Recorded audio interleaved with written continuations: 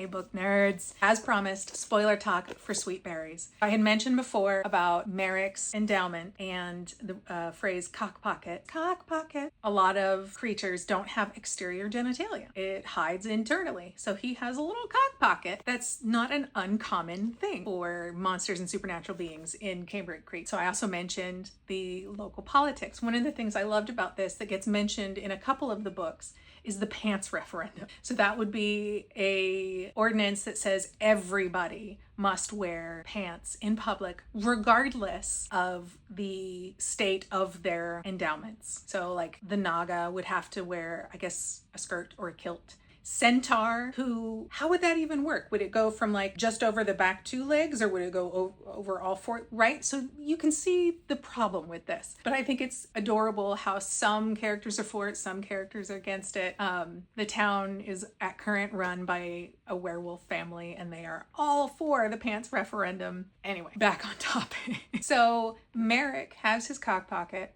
and once it is out for hours. Grace is all for it because she's feeling a little randy and is good to go multiple times. But over the course of their relationship, she begins to introduce toys as a way to help him arrive without having to spend 10 hours in the sack, which power to her. And I love that he is on board with it too. Throughout all of this, she is concerned because he's a Scientologist. He studies pollinators and migratory patterns of pollinators. And so she's worried that he's gonna, the end of his grant is going to run up, or the end of this project is going to run up, and he's going to move on to the next place. She even hears about a guy who came to town and is looking for somebody to go on a job. I think it was in the Amazon. And so she's worried that he's taken this job and not talked to her about it. And so she's preparing herself to let him go. And that's when she realizes she's in love with him. And the phrase, here for a good time, not for a long time, comes up, as mentioned by somebody that she's friends with and talks to. Ultimately, Merrick decides to stay because his grant has been extended and he's teaching at the local school. The little bits of their relationship, like he works in a lab, so he wears a lab coat, but because he has wings and this big fluffy ruff on his neck, he wears it backwards and has just like haphazardly cut the collar out so it kind of fits.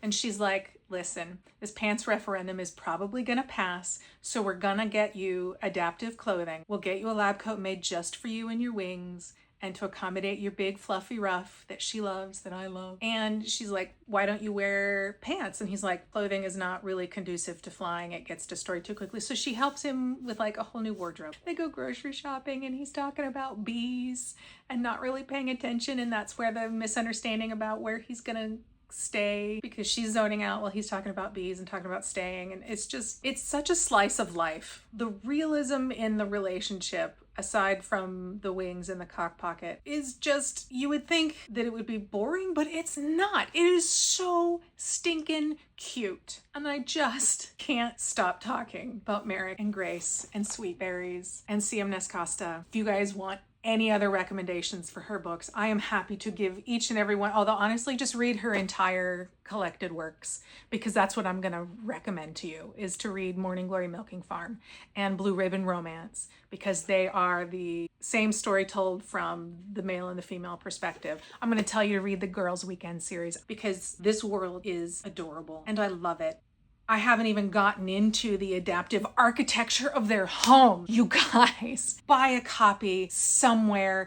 Honestly, buy it direct from her if you can. Get on her Etsy and buy copies directly from her, because I want her to keep writing all of the things.